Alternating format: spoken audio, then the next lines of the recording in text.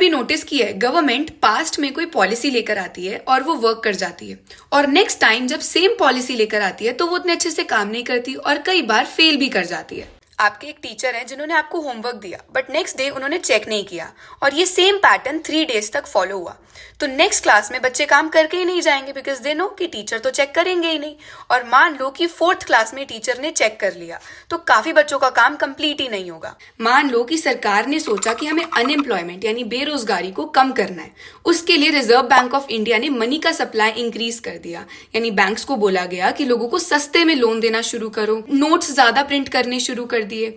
अब इसके बाद लोगों ने क्या पैटर्न देखा, लोगों ने कहा मनी सप्लाई जब इंक्रीज होता है तो इन्फ्लेशन आता है, यानी कि प्राइजेस इंक्रीज होने शुरू हो जाते हैं हर चीज के।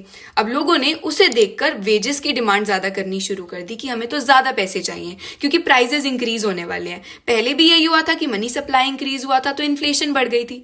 अब कंपनीज इतना पैसा वर्कर्स को नहीं दे सकती हैं, अनएम्प्लॉयमेंट कम होने की जगह बढ़ गई और गवर्नमेंट की जो पॉलिसी थी कि अनएम्प्लॉयमेंट को कम करना है वो फेल हो गई। यही बात बोली रॉबर्ट लुकस ने।